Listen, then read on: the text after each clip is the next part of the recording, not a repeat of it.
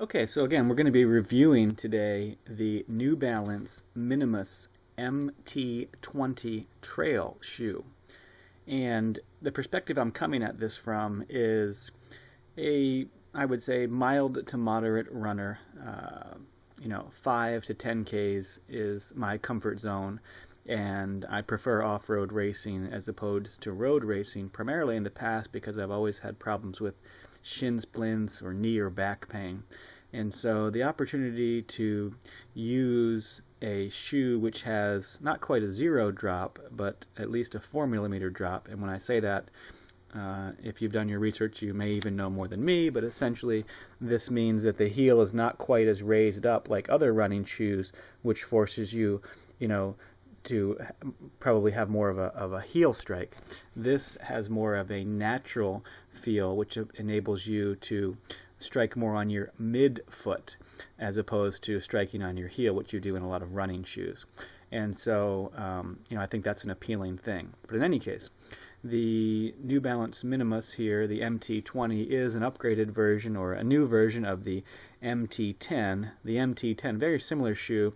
The toe was a little bit curved up like this and also had a strap on the front, which people felt was restrictive. So this is kind of the next generation here. When you talk about Minimus technology, you're certainly talking about something where, as New Balance propositions it, less is more. There is no insert on the shoe, and it's really, again, designed to put you in more of a natural position. There are other shoes, like the Trail Glove by Merrell that has a zero drop completely, or even the Innovo shoes as well too, but for me the New Balance, trying them on and working with them, seem to be the best. You'll notice that the sole actually has this Vibram technology, which is all the rage right now, and you can see how it's kind of propositioned there for you in terms of the different lugs and supports. Now there is the potential that you could possibly get large pieces of gravel or stones in there, and this shoe does not have a rock plate, so it may not be most appropriate for some of your high-tech trails. But the reason I got it is primarily to, very popular down here in Florida, a lot of these mud obstacle course races where you're doing a 5 or a 10K and you're doing a series of 15 to 25 obstacles, climbing over things, going through mud, things of that nature, and these shoes really should be well designed for that because they should be able to drain well. They're very light, and yet they have the support that you would need for the trail type of environment. Of course, we'll find this out because a portion of this review, actually, as you'll see, is going to be using these in a race that I will be doing here shortly, called the Savage Race, which is a 5K with about 20 obstacles. And so you'll never see these shoes look quite this good again, but hopefully they will stand up. Now, one point I want to make on this: New Balance does give you a kind of a caution, as well as the various websites, that when you're transitioning to kind of this quote-unquote barefoot style, that you would do it slowly.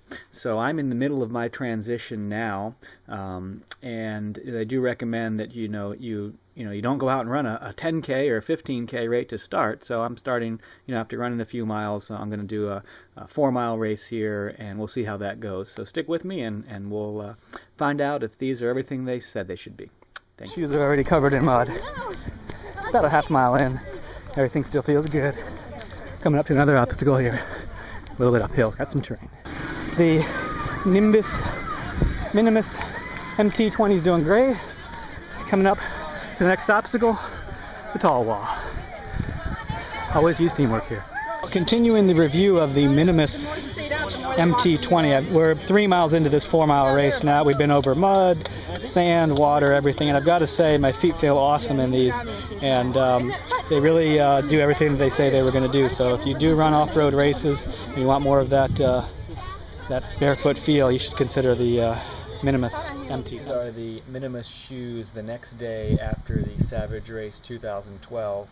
As you can see, some of the mud and gunk did start to cake up right there, but overall, very, very pleased with these shoes. Again, ran 1.5 miles in them the first day, and then 4 miles in them the second day. My average runs are, around 5Ks, sometimes the occasional 10 or 15K at that. But these shoes did everything they said they were going to do, and I would give these a big thumbs up. My only concern is the longevity in terms of durability. Are they going to be able to hold up in 3, 4, 5 races down the road? So I'll let you know. Good luck.